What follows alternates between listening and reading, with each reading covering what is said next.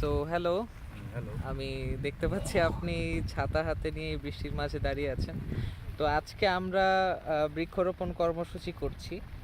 তো এই বৃষ্টির মধ্যে আমরা বৃক্ষরোপণ কর্মসূচি করছি। তো আজকে যেই পরিবেশ এবং যেই আবহাওয়া এবং আমাদের মানুষের যেই কার্যকলাপ বা এই বৃষ্টির মধ্যেও যে তারা সব কিছু বাদ দিয়ে কোনো কিছু বাছবিচার না করে হচ্ছে শ্রম দিয়ে যাচ্ছে। তো এই পুরো বিষয় নিয়ে আপনার মানে মতামত কি আসলে? এটা হচ্ছে বাচ্চারা যাতে গাছ লাগানো শিখতে পারে, এটাই হচ্ছে আমার মূল উদ্দেশ্য। কীভাবে গাছ লাগাইতে হয়, কীভাবে গাছের যত্ন করতে হয়, এটা শিখুক। আচ্ছা। তো এখন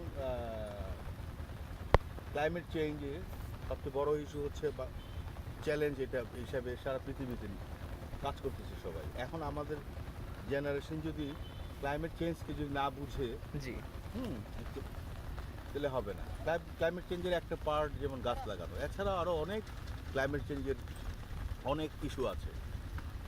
যেমন আমরা অতিরিক্ত ইলেকট্রিসিটি ব্যয় করি, কনজিউম করি। এইটা হচ্ছে আরেকটা বড় অসুবিধা। তারপর অতিরিক্ত তেল তেল পুড়ি, কার্বন মনোক্সাইড তৈরি করি। যেখানে পাওয়ার পাওয়ার ইউজ হবে ওইখানেই কার্বন ডাইঅক্সাইড তৈরি হবে।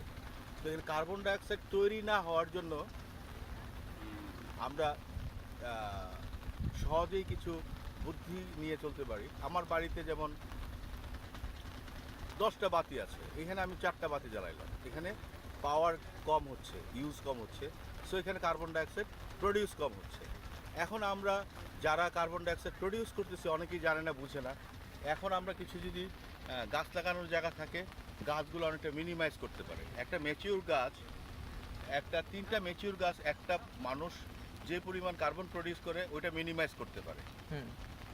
সো ক্লাইমেট চেঞ্জের ইস্যুটা হচ্ছে বড় ইস্যু।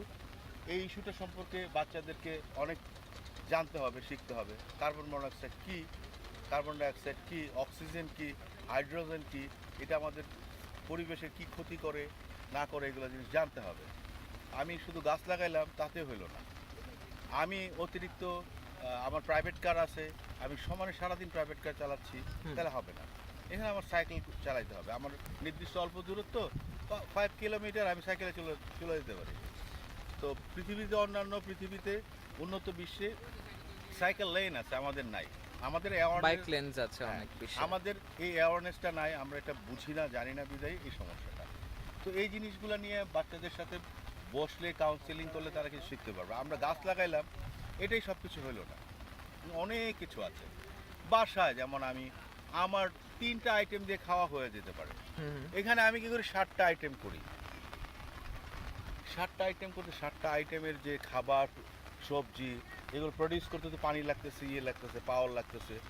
হ্যাঁ, তো এখানে তো এই জিনিসগুলো জানতে হবে। মানে অপব্যয় জিনিসটা সব সময় ক্ষতি। তো আমাদের ইসলাম ধর্মে যেটা আছে, তুমি অপব্যয় করবে না, পরিমিতি একটা বিশাল জিনিস। হুম, হুম। এটা এখন আমরা টের পাচ্ছি আসলে কেন আমাদের এই কার্বন ডাইঅক্সাইড তৈরি হচ্ছে। আসলে এইগুলো নিয়ে আসলে এইভাবে কথা না বলে আমরা যদি সেশন ওয়াইজ ক্লাসে বসে, একটা সেমিনার হ্যাঁ, স্বরূপ যদি কিছু হ্যাঁ, করা যেত। সারাদিন ব্যাপী আমরা কাজ করি, তাহলে এটা সম্ভব কিছুটা বোঝা। তারপর হচ্ছে অর্গানিক এগ্রিকালচারের সাথে ক্লাইমেটের অনেকটা কমানোর, কার্বন ডাইঅক্সাইড কমানোর সুযোগ রয়ে গেছে যদি আমি অর্গানিক চাষাবাদ করি। হুম, হুম। আচ্ছা। আমরা যখন কেমিক্যাল ফার্টিলাইজার ইউজ করতেছি, জমির যৌবন নষ্ট করে দিচ্ছি। হুম, হুম। কেমিক্যাল ফার্টিলাইজার খুবই হার্মফুল। হ্যাঁ, তো জমির স্বাস্থ্য নষ্ট হয়ে যাচ্ছে বাংলাদেশে। তো আমাদের কৃষকরা পরিমাণও জানে না, তারা ইউজ করতেছে। আসলে একটা গরুর গোবর থেকে কতটুকু সারা বছর সেই গরুর গোবরের সার দিয়ে কত শতাংশ চাষাবাদ করতে পারে, এই জিনিসটা যদি আমরা কৃষকরা জানতো, তাহলে একটা কৃষক 3টা 4টা গরু পাললেই সে সারা বছর সার প্রডিউস করে, অর্গানিক সার প্রডিউস করে সে করতে পারে। অর্গানিক সার প্রডিউস করা খুব ইজি, এই জিনিসটা জাস্ট একটু বুদ্ধির ব্যাপার। আমাদের যারা সচেতন এগ্রিকালচারিস্ট আছে, যারা এগ্রিকালচার পড়াশোনা করে, তারা যদি একটু অ্যাওয়ারনেসটা বিল্ড আপ করে, তো কৃষকরা ভালো করবে। হুম।